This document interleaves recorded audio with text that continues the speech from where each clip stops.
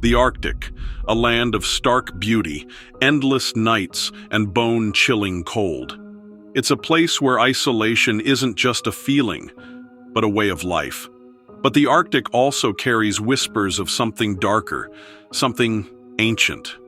Perhaps it's the vast, frozen expanse, the untamed wilderness, or the secrets buried beneath the ice that make it so unsettling. Let's delve into the terrifying experiences of a woman named Samantha, who grew up in the small town of Kotzebue, Alaska. Her childhood was filled with both wonder and dread as she encountered things no one could explain. Things that might still be out there, waiting. One family. And a creature that seems plucked from the oldest Inuit legends. Coincidence? Or is something sinister happening in the icy wilderness of Alaska? Step into the abyss and welcome to Weird Encounters, a place where the ordinary fades into shadow and the unexplainable comes alive. Make sure you hit the like button, subscribe, and join our ever-growing community of the curious. Your support is the lifeblood that keeps this channel alive. Now, prepare yourself, for what you're about to witness is not for the faint of heart.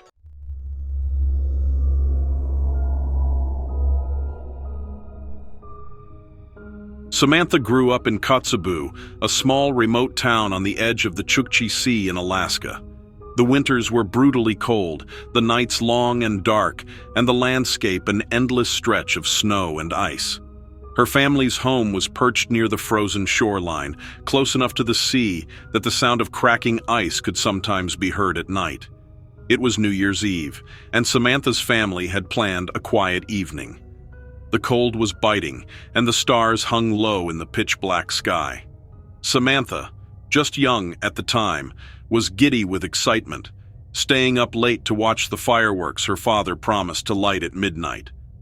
As the clock crept closer to 12, her father bundled up and stepped outside to prepare the fireworks. Samantha ran to the living room window, pressing her face against the frosted glass. That's when she saw it. At first, she thought it was a shadow, a trick of the dim light on the ice. But as it came closer, its shape became unmistakable. The figure was tall and gaunt, its skin a sickly shade of blue-green that glistened in the faint moonlight. Long, bony fingers dragged against the frozen ground, leaving scratches in the snow. Its face was hollow and sunken, with sharp, angular features and eyes that glowed faintly, a yellowish-green hue that pierced through the darkness. The creature stopped just beyond the edge of the yard, swaying slightly as if it were sniffing the air. Its head jerked toward her, and for a terrifying moment, their eyes locked. Samantha gasped, stepping back from the window, but the creature moved closer. "Mom! Mom! Come here!" she cried, her voice trembling. Her mother hurried into the room, glancing out the window. "What is it, Sam?" she asked, but when she looked outside, the creature was gone. The empty yard stretched out toward the frozen sea undisturbed. "I swear, it was right there," Samantha whispered, tears streaming down her face. "It was looking at me." Her mother hugged her tightly. "You just got spooked. It's late. Let's go sit by the fire." But Samantha couldn't shake the feeling of being watched. Moments later, a loud screech echoed from the front door. Her mother froze, gripping Samantha's shoulders. "Stay here," her mother said, her voice shaking. She walked cautiously to the door and peered through the peephole, but nothing was there. The sound came again, this time from the living room window. A loud, deliberate tap, tap, tap. Samantha screamed as she saw the glowing eyes peering in, the creature's fingers pressed against the glass, its wail vibrating through the walls of the house. Her father burst inside, having heard the commotion. Samantha pressed herself against the wall, her breath coming in sharp gasps. The creature was still there, its glowing yellow-green eyes staring unblinking through the frosted glass of the living room window. Its gaunt, angular face was horrifying, a grotesque fusion of human and something ancient. The blue-green skin stretched impossibly tight over its sharp cheekbones, revealing sinewy muscles and veins that pulsed faintly with a sickly glow. Its mouth was unnervingly wide, filled with jagged teeth that looked more like shards of ice. The creature's long, spindly fingers ended in claws that scraped lightly against the glass. Its nails were cracked, yellowed, and caked with frost. Thick, wet hair, like tangled seaweed, clung to its scalp and shoulders. It looked like something pulled from the bottom of the ocean, a nightmare. Its mouth moved unnaturally as it emitted a low, whispering voice, barely audible but filled with malice. "Let me in," it said. The words curled around Samantha's ears like icy fingers. Her mother froze, stepping back from the window as if sensing something she couldn't see. Her hands trembled as she called for Samantha's father. "What's going on?" he asked. But before anyone could answer, the whispering grew louder, echoing through the room. "Let me in," the creature repeated, its voice slow and deliberate. Her father moved cautiously to the window, his face pale as he finally saw the creature for himself. Samantha's sister appeared in the doorway, clutching a blanket tightly around her shoulders. The family huddled together in the living room, watching in terrified silence as the creature paced back and forth, its claws trailing along the side of the house. It stopped at the door, its grotesque face pressed against the small window pane, and spoke again, its voice dripping with malice. "Let me in, let me in!" Suddenly, a bright light appeared in the distance. It wasn't the fireworks her father had set up. This light was pure white and blinding. The creature turned sharply toward it, emitting a guttural growl. Without warning, it dropped to all fours, its long limbs bending grotesquely as it sprinted toward the light. Its movements were erratic, its body twisting unnaturally as it disappeared into the darkness. Moments later, the light vanished. The family remained frozen, staring out into the empty yard. The silence that followed was deafening. Nobody slept that night. Samantha didn't sleep for days, her mind replaying the creature's glowing eyes and haunting whispers. The family avoided venturing outside after dark, too afraid of what might be lurking in the frozen wilderness. But their terror wasn't over. It was a warm July evening when the calipilowit returned. The Arctic sun hung low on the horizon, casting an orange glow over the endless expanse of tundra. The family had begun to relax after months of vigilance, convincing themselves that the creature had been a one-time terror. Samantha woke suddenly in the middle of the night, her room bathed in faint moonlight. At first, she didn't know why she was awake, but then she heard it, the soft, rhythmic tapping against her bedroom window. Her heart raced as she turned her head. There it was, the calipilowit. Its eyes glowed with a cold, malevolent light, and its claws clicked rhythmically against the glass. Its lips parted into an unnervingly wide grin as it spoke. "Let me in." Paralyzed with fear, Samantha couldn't move or cry out. Moments later, she heard her sister scream from the next room. The entire family was awake now, and the house filled with the sounds of scraping and whispering as the creature moved from window to window, circling the home. Samantha's mother ran to the living room, grabbing the family Bible from the shelf. She opened it with trembling hands and began to read aloud, her voice shaky but determined. "The Lord is my shepherd, I shall not want." The creature snarled, its voice growing louder and more insistent. "Let me in! Let me in!" The whispers seemed to vibrate through the walls, but Samantha's mother didn't stop. She continued praying, her voice growing stronger with each word. "I walk through the valley of the shadow of death. I will fear no evil." The calipilowit screeched, its claws raking violently against the door. The sound was deafening, like nails on a chalkboard amplified tenfold.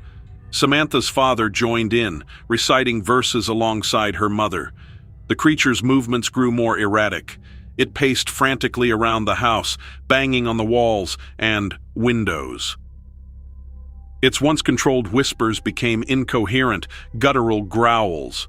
Finally, with one last unearthly screech, it disappeared into the darkness.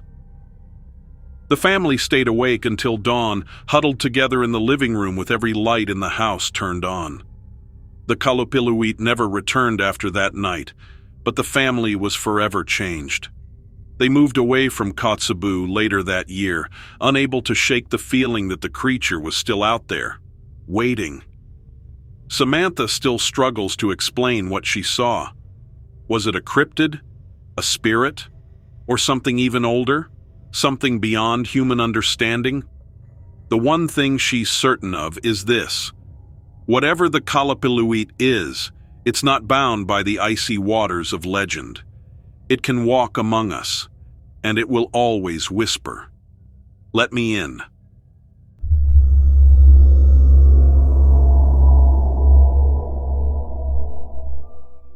What happens when that silence is broken by something unnatural?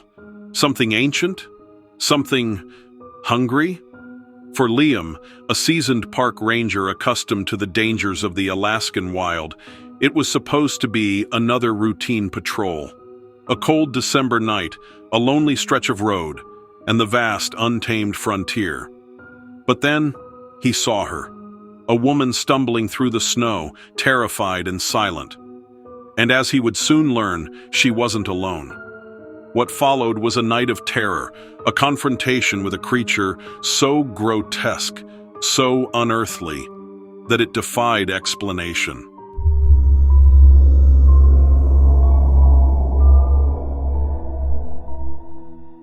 Our next story is from one of our listeners. He writes, "Thank you, and I hope you share my story on your channel. The story is about my cousin, Liam, and the one crazy story he told me. Liam was always drawn to the wilderness. Growing up in the Pacific Northwest, he was the one who'd lead us on hikes, weaving stories about mythical creatures that lived in the forests. His fascination with the unknown was almost contagious. Years later, he became a park ranger, worked at Denali National Park in Alaska. It felt like his calling. Alaska was everything he loved, vast, untamed, and mysterious. He thrived there, sharing tales about the northern lights, grizzly bears, and the raw, untouched wilderness. But after one winter night, his stories became darker, more reluctant, as if something in those woods had forever marked him.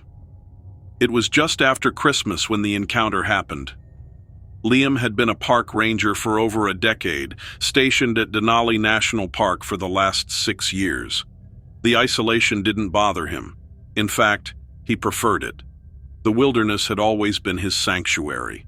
A quiet man in his mid-30s, Liam had seen his share of strange things in the forest, unexplained lights, odd animal behavior, even the occasional urban legend come to life.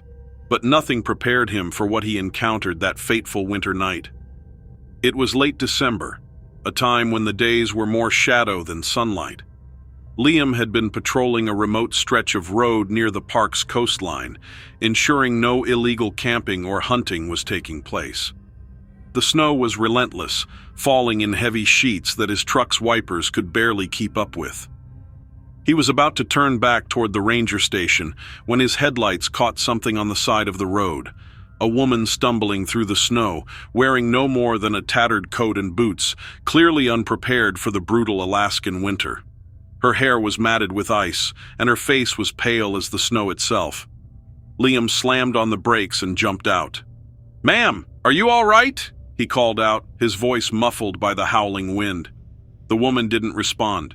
Her eyes were wide and unfocused, her lips trembling as if she were trying to speak but couldn't find the words. Liam wrapped a blanket from his truck around her shoulders and guided her into the passenger seat. She was shaking so violently it seemed like her whole body might give out. "Can you tell me what happened?" he asked, once they were back in the warmth of the truck. She whispered a single word. "It's coming." Before Liam could ask her to clarify, he noticed movement in the rearview mirror. At first, he thought it was a trick of the falling snow, but then he saw it. A figure emerging from the tree line, shambling toward the road. Liam's stomach knotted. The figure was tall, impossibly so, with limbs that seemed to stretch too far for any human frame. Its skin was ashen and translucent, the veins beneath it pulsating with an eerie green glow. Long, stringy black hair clung to its skeletal face, and its mouth was an uneven slash filled with jagged yellowed teeth. Its eyes glowed faintly in the darkness, unblinking and filled with a hunger that made Liam's blood run cold. The woman let out a strangled cry as the figure drew closer. Liam fumbled to start the truck, his hands shaking, and just as the engine roared to life, the figure whispered something that seemed to slide through the cracks in the vehicle. "Let her go." Liam rolled the window down slightly, unsure if this was a person or some horrific hallucination. The figure's whisper turned to a guttural growl, then a scream that rattled the truck. "She's mine. I'm hungry." Liam didn't wait to find out what it meant. He slammed on the gas, the truck fishtailing on the icy road as he sped away. The woman was sobbing now, clutching the blanket tightly around her. "Who was that? What is going on?" Liam demanded, his voice trembling as he glanced back at her. It's been following me," she managed to choke out. "It took my sister." Before Liam could press further, the creature appeared again, this time in the middle of the road, as if it had materialized out of thin air. Its grotesque form was hunched, its spindly arms stretched wide as it let out a piercing screech that seemed to shake the snow from the trees. Liam swerved around it, barely keeping the truck on the road. Finally, after what felt like an eternity, they reached a clearing where the road opened up to the coastline. Liam glanced in the rearview mirror and saw the creature standing at the edge of the tree line, its glowing eyes locked on them. Slowly, it began walking toward the sea, its silhouette framed by the pale light of the moon. Relieved but still on edge, Liam drove straight to the ranger station. They locked the doors and tried to collect their thoughts. The woman, her name was Anna, explained that she and her sister had been hiking earlier that day when they stumbled upon an old, ice-covered cave along the coast. Inside, they found strange carvings and bones. That's when they heard it, a voice calling to them from the darkness. Her sister had been taken, and Anna had barely escaped with her life. But the nightmare wasn't over. All of a sudden, the radios went dead, and the power cut out. Liam tried the backup generator, but it refused to start. Then came the whispers, soft at first, like the wind through the cracks in the walls. "Let me in." Anna clutched Liam's arm, her eyes wide with terror. "It's here." The whispers grew louder, more insistent, until they turned into bone-chilling screams. Something heavy slammed against the door, rattling the windows and shaking the walls. The creature's voice was no longer human. It was a cacophony of shrieks and growls, demanding to be let in. "Let me in, I'm hungry." Liam and Anna huddled in the corner of the room, armed with a rifle and a flare gun, too terrified to open the door. They stayed that way until the first light of dawn broke through the windows. The pounding stopped, and an eerie silence fell over the station. When the morning shift arrived, they found Liam and Anna pale and shaken, the room filled with the acrid smell of burned-out flares. Outside, there were no tracks in the snow, no signs of the creature. But the radio crackled to life as if nothing had happened, and the power hummed back on without explanation. To this day, Liam doesn't know what the creature was or why it let them live. But he's never forgotten the whispers or the glowing eyes that seem to peer straight into his soul. And every time he passes that stretch of road, he can't shake the feeling that it's still out there, waiting for its next victim. That day, they found Anna's sister. She was exhausted, trembling from the cold, and utterly silent about where she had been or what she had experienced. Liam later remarked that he hoped, in time, she might come forward to share her story with the ranger station or the authorities.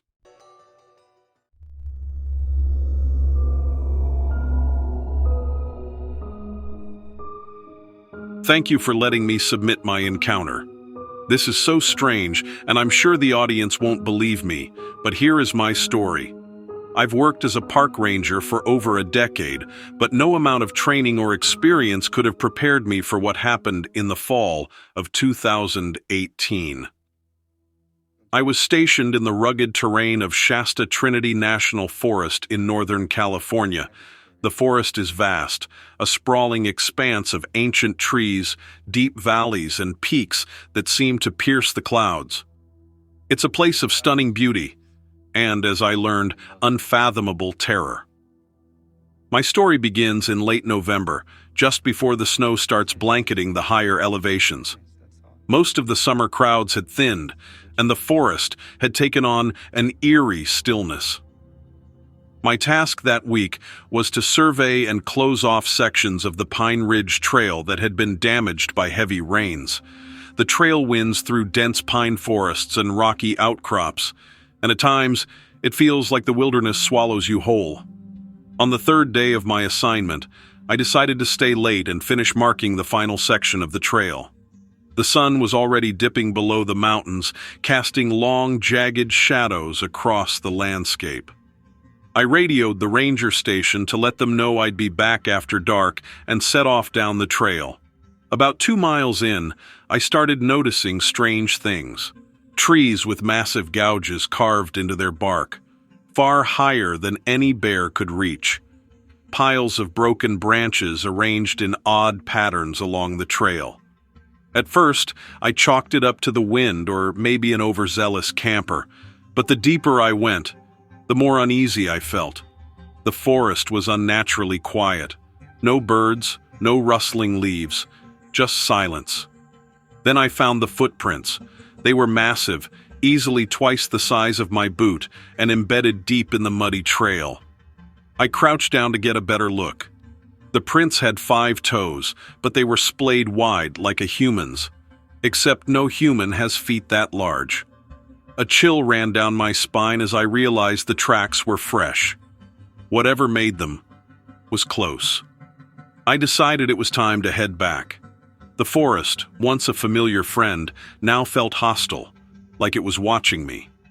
I quickened my pace, my flashlight cutting through the encroaching darkness. That's when I heard it. A low, guttural growl that seemed to vibrate through the trees. I froze, scanning the woods around me, but I saw nothing. Then came the sound of branches snapping, heavy footfalls, and something crashing through the underbrush. Panic set in. I took off down the trail, my heart hammering in my chest.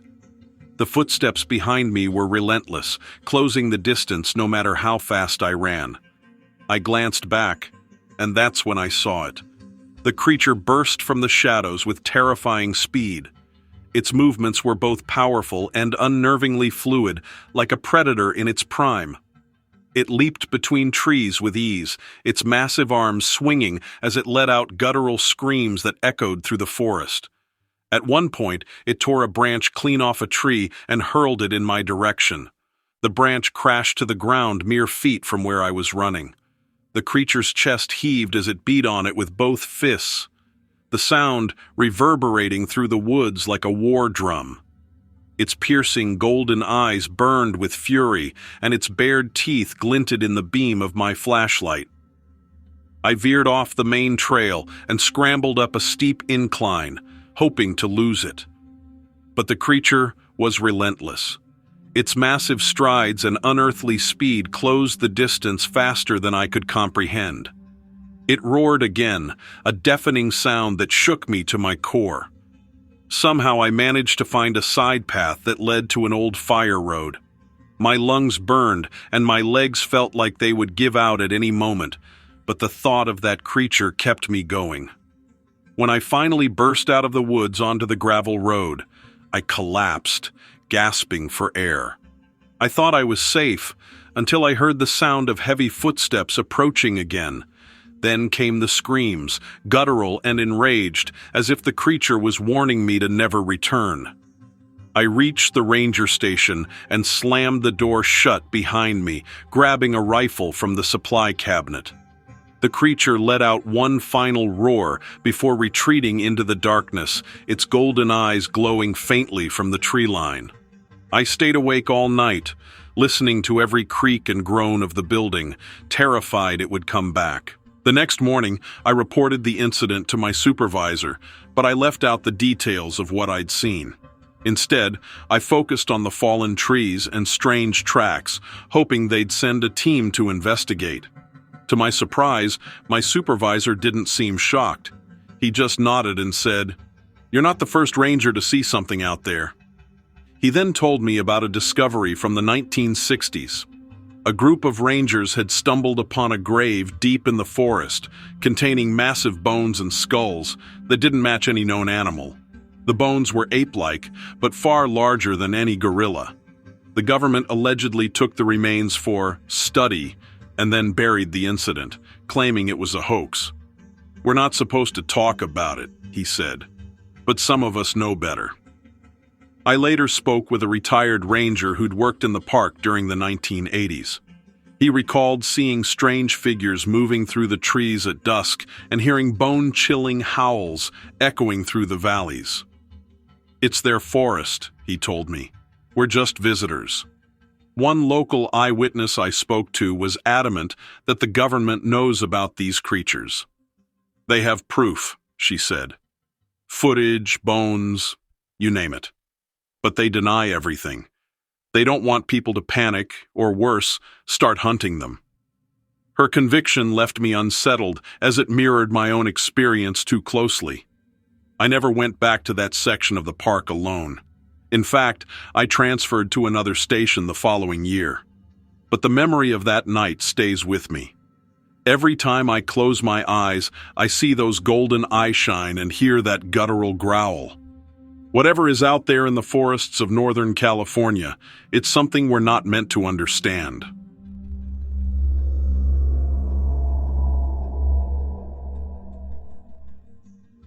The Desolation Wilderness in El Dorado County, California, is a place of pristine beauty, where alpine lakes glimmer beneath ancient pines and the winds whisper through jagged granite peaks.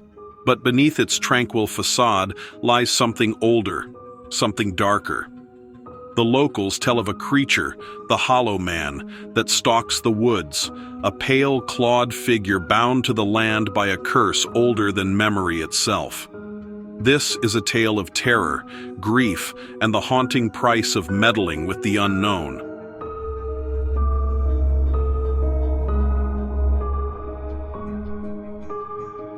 Mark Simmons had always felt the pull of the Desolation Wilderness. Born and raised in a small commune nestled in the forest's edge, he grew up hearing stories of the Hollow Man. His grandmother would sit by the fire, weaving tales of the creature into warnings about wandering too far from home after dark. "The Hollow Man is the forest's shadow," she'd say, her gnarled hands working the beads of her rosary. "It sees everything, hears everything. It's always watching, waiting for those foolish enough to stray." As a child, Mark dismissed her stories as folklore, but now, years later, after returning to the commune to care for his ailing mother, he found himself questioning everything he'd once believed. Long before the settlers came to the Sierra Nevada, the land belonged to the Nisenan people.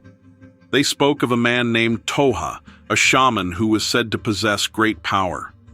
Toha was revered until the day he came back from the forest changed. The elders said he had been possessed by a malevolent spirit, one that twisted his body and soul. Toha's once-tanned skin turned as pale as ash, his eyes darkened to voids, and his fingers grew into long, bony claws. He could no longer eat the food of the living, instead developing a hunger for flesh. The Nisenan tried to save him, calling upon their most sacred rituals, but the spirit within him was too strong. Toha killed those who attempted to heal him, his victims disappearing one by one into the wilderness. Eventually, the tribe drove him out, banishing him to the remote forests of what would one day be called Desolation Wilderness. But his legend didn't end there. Mark's mother's condition had worsened, her once sharp mind now clouded by dementia. She often spoke of things she'd seen in the woods, things Mark had dismissed as her failing memory. "It's watching, Mark," she whispered one night, clutching his hand with surprising strength. "The Hollow Man. He's still out there. He never left." That same evening, Mark stepped outside to gather firewood. The air was crisp, the night quiet, except for the rustle of leaves in the wind. But then, he heard it.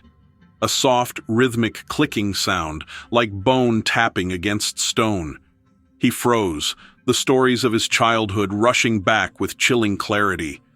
In the faint moonlight, he saw something. A pale figure crouched low among the trees. Its gaunt, hollow face turned toward him, black eyes locking onto his. Mark's breath caught as the creature began to move, its elongated limbs scuttling unnaturally fast. He bolted for the house, slamming the door behind him and locking it tight. His mother sat in her chair by the fire, her eyes fixed on him. "You saw him," she said. It wasn't a question. For decades after Toa's banishment, the Nisenan people continued to lose members of their tribe. Hunters never returned from the forest. Families would wake to find loved ones gone without a trace.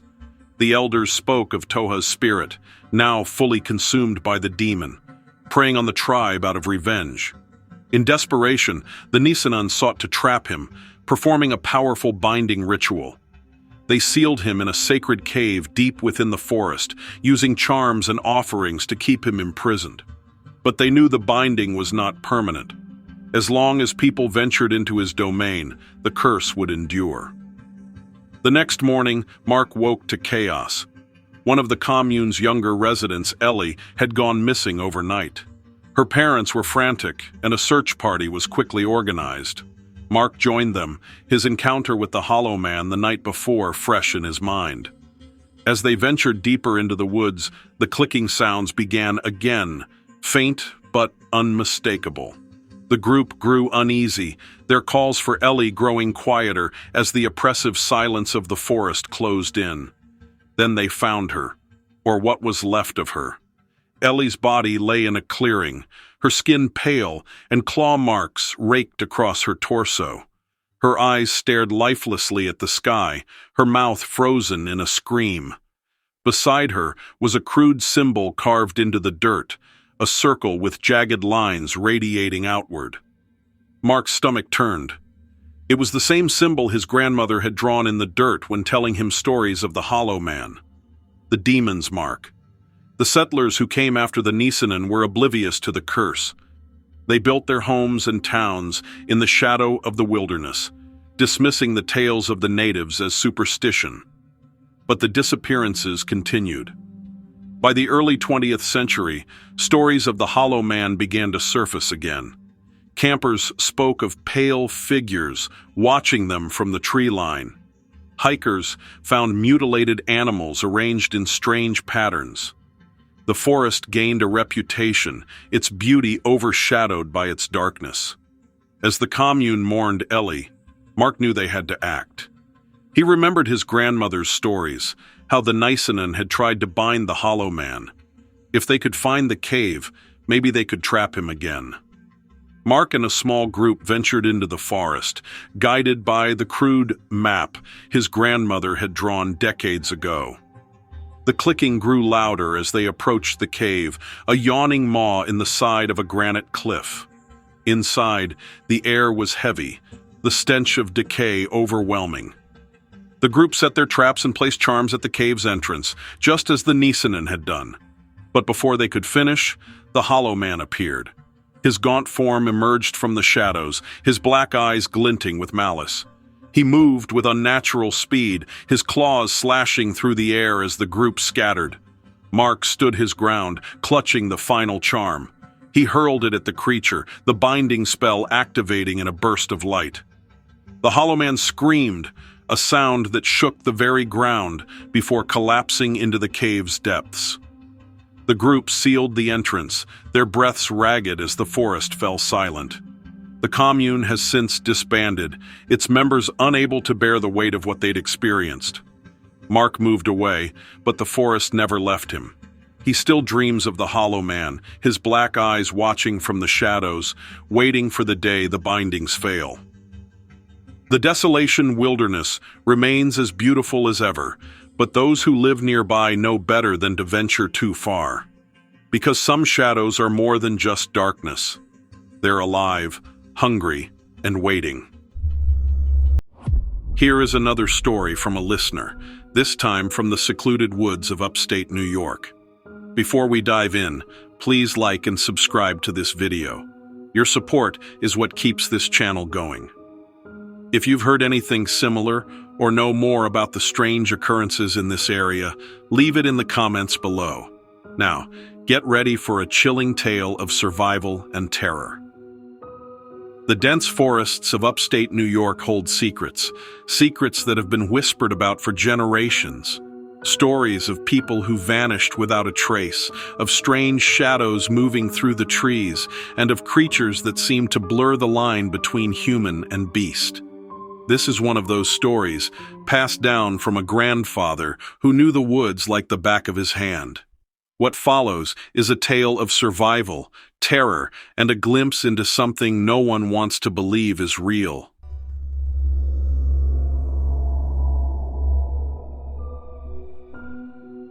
When I was growing up, my grandfather used to tell me stories about his time building railroads through the countryside of upstate New York. He was a hard man, used to long days of physical labor and cold nights under the stars. But when he spoke about the woods, there was a different look in his eyes, a mix of fear and awe that I didn't understand as a kid. He told me about people who had gone missing while working on the railroads, strong, capable men who simply vanished, leaving behind nothing but their tools and the occasional bloodied piece of clothing. The woods have eyes, he'd say, and sometimes they don't like what they see. One story stood out to me. It was about a group of workers who went missing near a remote section of the forest. When a search party went looking for them, they found a gruesome scene, tools scattered everywhere, blood splattered on the trees, and what looked like bite marks on T-bark. My grandfather swore that whatever took those men wasn't a bear or a wolf. It was something else, he said, something that shouldn't exist. As I got older, I dismissed his stories as just that, stories. But then, a few years ago, I had my own encounter, and everything changed. It was early fall, and I had decided to spend a weekend hiking through the secluded Allegheny State Park in western New York. The weather was still warm during the day, with just a hint of the cooler nights to come. I've always loved the solitude of the woods, the way the towering trees seemed to swallow all sound and time. I wasn't expecting anything more than a peaceful escape from the chaos of everyday life. The first day was uneventful. I hiked deep into the forest, enjoying the crisp air and the sight of snow-covered trees. I set up camp near a frozen creek and spent the evening reading by the fire.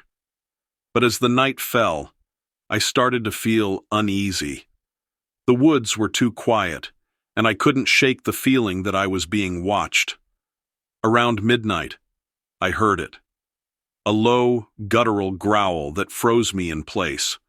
Grabbing my flashlight and my gun, I stepped out of my tent and scanned the darkness. At first, there was nothing, just the eerie silence of the forest. But then, I saw it. Crouched low near a thicket of bushes. At first glance, it looked almost human, like a dirty lost person with patchy hair and torn clothing. But something was wrong. Terribly wrong. Its mouth was unnaturally large, and when it turned slightly, I caught a glimpse of its teeth. They were sharp, jagged, and far too large for a human. The creature just stared at me, its eyes wild and unblinking. I shouted, threatening to shoot, but it didn't flinch or even seem to understand my words. Slowly, I raised my gun and fired a warning shot into the air. The sound echoed through the trees, but the thing didn't run. It just stood up, hunched and towering, before turning and walking away into the darkness. Its movements were jerky and unnatural, as if it was trying to imitate a human but failing.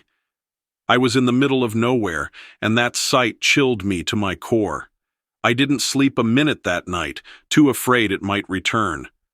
The following day, I packed up camp and started hiking back the way I came. But the woods felt different. Every direction seemed unfamiliar, and I couldn't shake the feeling that I was being followed. As night fell again, I set up a smaller makeshift camp near a dense cluster of trees. The silence was oppressive, broken only by occasional rustling in the underbrush. Each sound made my heart race, convinced it was coming back. At one point, I thought I saw movement out of the corner of my eye, a flash of that same hunched figure. I called out, demanding it show itself, but nothing happened. The woods swallowed my voice, leaving me alone with my fear. I kept my gun within arm's reach, my eyes darting to every shadow. Whatever that thing was, it felt like it was watching, waiting. The hours dragged on, and I stayed awake until dawn, jumping at every snap of a twig. On the third night, I stumbled upon an old railroad clearing marked by rusting equipment and a few crumbling wooden shacks. One of the shacks looked like it had been lived in recently. Inside, I found tattered blankets, old cans of food, and strange symbols carved into the walls. The air was thick with a rancid smell, like decay and wet fur. I didn't stay long. Something about that place felt wrong, as if I was trespassing on someone or something's territory. I pushed on, driven by sheer desperation. My knife was dull from cutting through underbrush, and my sidearm was down to its last few rounds. I started to wonder if I'd ever make it out, or if I'd become another one of the forest's forgotten victims. Finally, as the sun rose on the fifth day, I found a trail. It was faint and overgrown, but it led me to a road where I flagged down a passing truck. The driver didn't believe my story, but he could see the fear in my eyes and the state I was in. He drove me to the nearest town, and I swore to myself I'd never go back to those woods. Since then, I've spent countless hours researching. The stories my grandfather told me weren't unique. There are countless accounts of strange creatures in upstate New York, part human, part wolf, and completely horrifying. Some say they're the spirits of cursed people. Others believe they're a result of some horrific experiment. Whatever the truth is, I know one thing for sure. They're out there. So, what do you think? Are these creatures real, or just the product of overactive imaginations? If you've heard similar stories or have any information, let me know in the comments. Maybe together we can uncover the truth.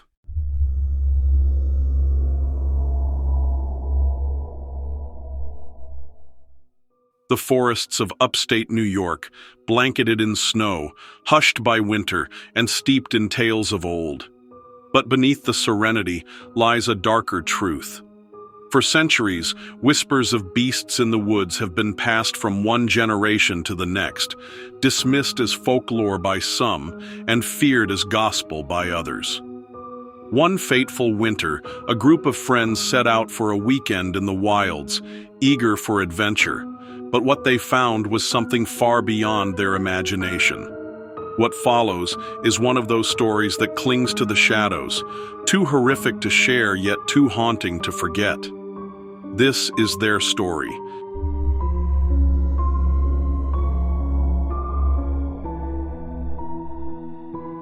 I never imagined I'd be the one telling a story like this.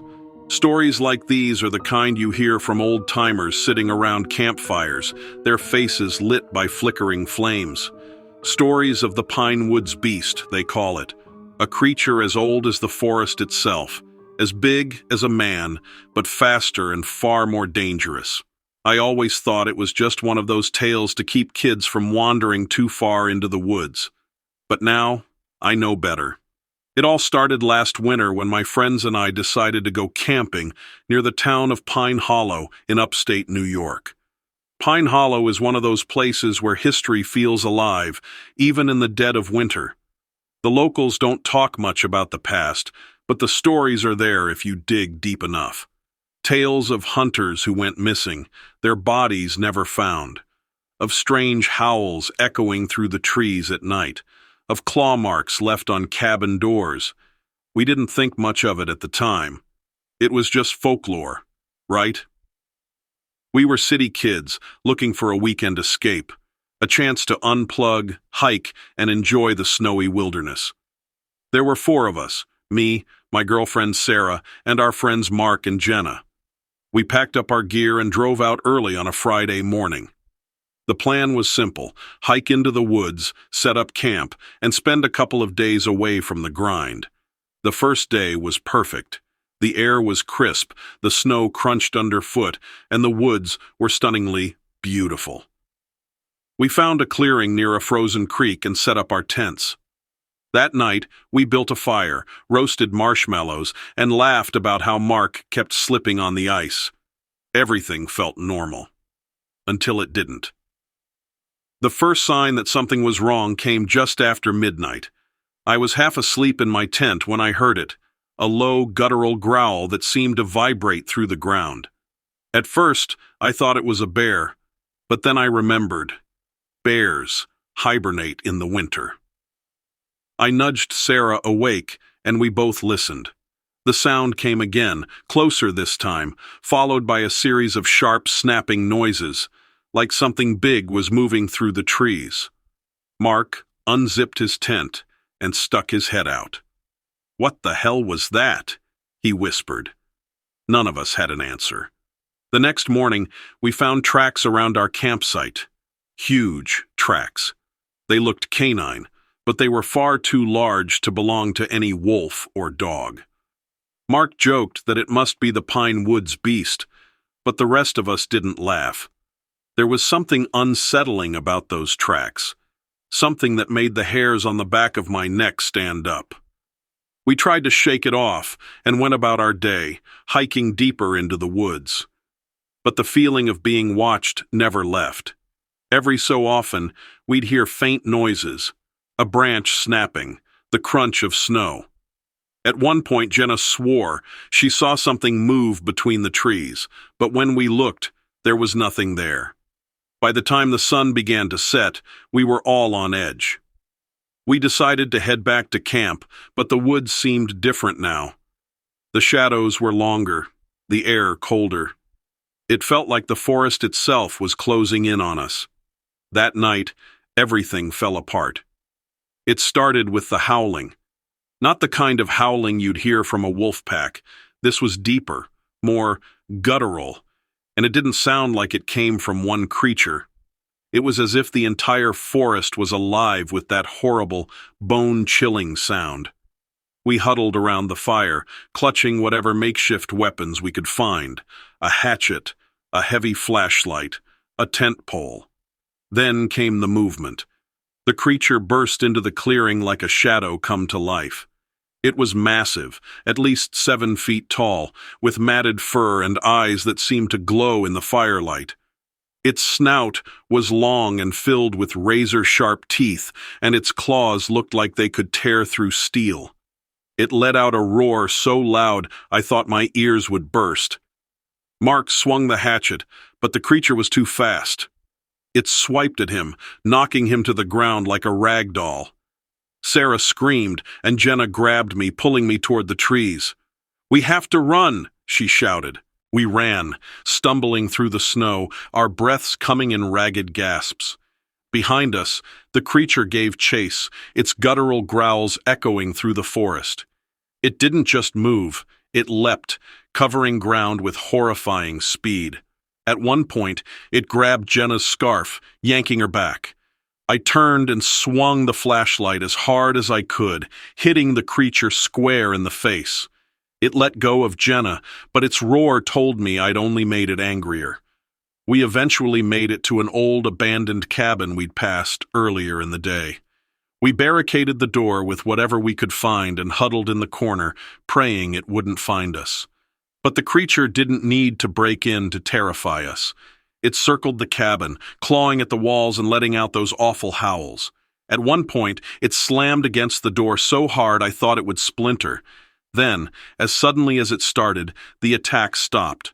The silence was almost worse. None of us slept that night, and when dawn finally came, we made our way back to the car as quickly as possible. Mark was injured, Jenna was in shock, and none of us could explain what we'd seen, but the tracks outside the cabin told the story well enough. Later, I learned that the Pinewoods beast wasn't just a campfire tale. There were stories dating back to the 1800s, of hunters who went missing, of bodies found with claw marks, of strange howls in the night. Some locals even believed the creature was a shapeshifter, cursed to roam the woods forever. Others whispered about government cover-ups, about how they knew but didn't want anyone else to. None of us ever talked about what happened. Not to each other, not to anyone. We all moved away, far from Pine Hollow and its cursed woods, but I still have nightmares. Sometimes I wake up to the sound of howling, and I'm right back in that cabin, clutching a flashlight, praying for daylight. Do you know anything about this area or what this creature might be? Have you heard similar stories about the Pinewoods beast or other creatures lurking in upstate New York? If so, I'd love to hear your experiences. Maybe together we can uncover the truth about what really stalks these woods.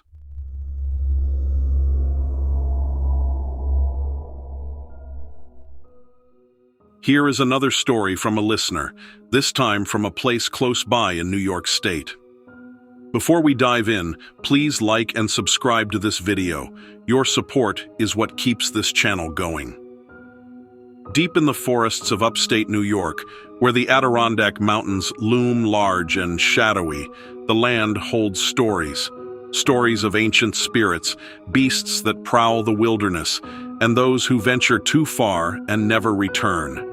These woods are vast, silent, and indifferent, but if you listen closely, you might hear whispers of a darker truth. What follows is one man's encounter, a harrowing tale of survival and terror in a place where legends refuse to die.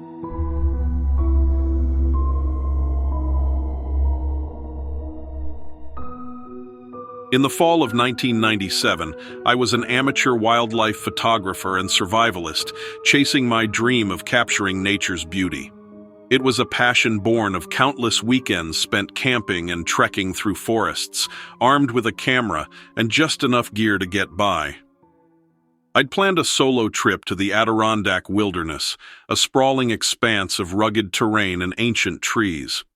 The idea was to spend a week photographing wildlife, documenting the fall foliage, and testing my survival skills. I had no idea I'd barely make it out alive. The first few days were uneventful, even serene. The weather was cool but manageable, and the golden hues of autumn painted the forest in breathtaking shades. I hiked deep into the wilderness, far from any marked trails, and set up camp near a small, glistening lake. The nights were colder than I anticipated, but I had my gear and felt confident in my abilities. By the third night, things started to change. It began with a sound. Low, guttural, and distant, like the growl of a massive animal.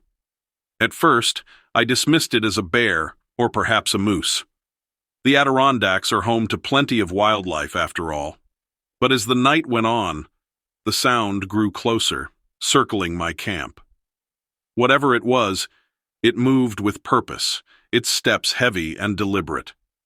I gripped my flashlight and knife, scanning the dark forest, but saw nothing. The next morning I found tracks near my camp. Massive paw prints, larger than any wolf or dog I'd ever seen. They were pressed deep into the damp soil, and the stride was far too long for a normal animal. A chill ran down my spine as I recalled the stories I'd heard about this region. The local folklore spoke of an ancient creature, a guardian spirit turned vengeful predator. The Mohawk and Iroquois tribes told tales of the Onata-Rake, the shadow wolf. According to legend, the shadow wolf was once a protector of the forest, but it became corrupted by human greed and bloodshed. It now stalks those who wander too far, punishing trespassers with its unrelenting hunger. I tried to shake off my unease and focus on my photography. But as I moved through the forest, the feeling of being watched became impossible to ignore. The woods were too quiet. No birds, no rustling leaves, just an oppressive, suffocating silence. That night, the nightmare truly began. I was lying in my tent, trying to sleep, when the growling returned. This time, it was right outside. My heart pounded as I heard the unmistakable sound of heavy breathing and claws scraping against the fabric of my tent. I grabbed my flashlight and flung it on. The beam cut through the darkness, revealing a massive, shadowy figure just outside the tent, its glowing yellow eyes locked onto mine. It was enormous, its black fur matted and tangled. Its snout was long, lined with jagged teeth that seemed too large for its mouth. It snarled, and I could see its breath misting in the cold night air. Without thinking, I scrambled out of the tent and bolted into the woods, leaving most of my supplies behind. I ran until my legs gave out, collapsing in a small clearing. The creature didn't chase me, not immediately. Instead, it howled, a bone-chilling sound that echoed through the forest and seemed to vibrate in my chest. I knew it was toying with me, like a predator playing with its prey. The following days were a blur of fear and exhaustion. I was hopelessly lost, my compass spinning uselessly. Each night, the creature returned, stalking me, forcing me to move deeper into the wilderness. My food supply dwindled, and the freezing temperatures sapped my strength. At one point, I found a narrow crevice beneath a cluster of massive boulders. It was tight, but I managed to wedge myself in, hoping the creature couldn't reach me. I could hear it pacing around the area, its heavy breathing and growls filling the cold night air. Every now and then, it would let out a guttural snarl, and once I heard it clawing at the rocks above me, dislodging small stones that tumbled into my hiding spot. I held my breath, clutching my sidearm in one hand and my knife in the other, praying the thing wouldn't find a way in. By the fifth night, I was certain I wouldn't survive. My flashlight was dead, and my only weapon was a dull hunting knife. The creature's glowing eyes haunted me, appearing in the shadows wherever I turned. I was too cold to sleep, too terrified to think. I started to hallucinate, hearing whispers in the wind, ancient voices warning me to leave. But I couldn't. I was trapped. On the seventh day, I stumbled upon a small, dilapidated cabin. It was almost hidden by the overgrowth, with a sagging roof and walls covered in moss. The windows were shattered, and the door hung ajar on rusted hinges. The air around it carried a strange, foul odor, like rotting meat mixed with damp earth. I peered inside and immediately regretted it. The cabin was filled with old rusted tools and broken furniture, but what stood out were the strange carvings etched into the walls, symbols I didn't recognize but instinctively felt were wrong. On the floor, I found animal bones, some charred as if from a fire, and a tattered sleeping bag that looked like it hadn't been used in years. Someone had been there, but whoever it was, they weren't coming back. I couldn't bring myself to stay inside. The cabin felt more like a trap than a refuge, so I moved on. It looked like it hadn't been used in decades, but it was shelter. I barricaded the door with broken furniture and huddled in the corner, clutching my knife. That night, the creature attacked. It slammed against the walls, its claws raking the wood, its howls deafening. I thought the cabin would collapse, but somehow it held. When dawn finally came, the creature was gone. My body was numb, and my mind was clouded with exhaustion, but I knew I couldn't stop. I followed the faint rays of the rising sun, using the last of my strength to push forward. The woods seemed to stretch endlessly, and every rustle in the underbrush made me flinch, expecting the creature to reappear. Eventually, I stumbled onto a narrow trail. It was overgrown, but it was something. I followed it for hours, my knife dull and my sidearm nearly empty, until I saw a clearing ahead. The sight of the ranger station nearly brought me to my knees. I emerged from the cabin, trembling and weak, and followed the rising sun until I found a ranger station. The rangers didn't believe me at first, but when they saw my condition and heard my story, their expressions darkened. "You're not the first," one of them admitted. "We've had reports of something, big tracks, strange howls, but no one's ever gotten a clear look at it, and no one's ever stayed out there as long as you did." Another ranger shared an old police report from the 1950s. A group of hunters had gone missing in the same area. When their camp was found, it was torn to shreds, and massive tracks led away into the forest. "They called it a bear attack," the ranger said, "but we know better." I left the Adirondacks that day and never looked back. To this day, I can't sleep without a light on. I still hear the howls in my dreams, and sometimes I swear I see those glowing eyes in the darkness. So, what is it that haunts the Adirondacks? A spirit of vengeance? A creature from another time? Or something even darker, lurking in the shadows of our understanding? If you've heard stories about the shadow wolf, or if you've seen something similar, I'd love to know. Maybe together we can uncover the truth. But I'm not going back to find out. My dear watchers, your presence is a gift. Thank you for your time, your curiosity, your courage. But remember, there are others who wander, unaware of the dangers that await. By liking this video and subscribing, you offer them a light in the darkness. Support our channel and keep the stories coming, simply by giving a thumbs up and subscribing and sharing.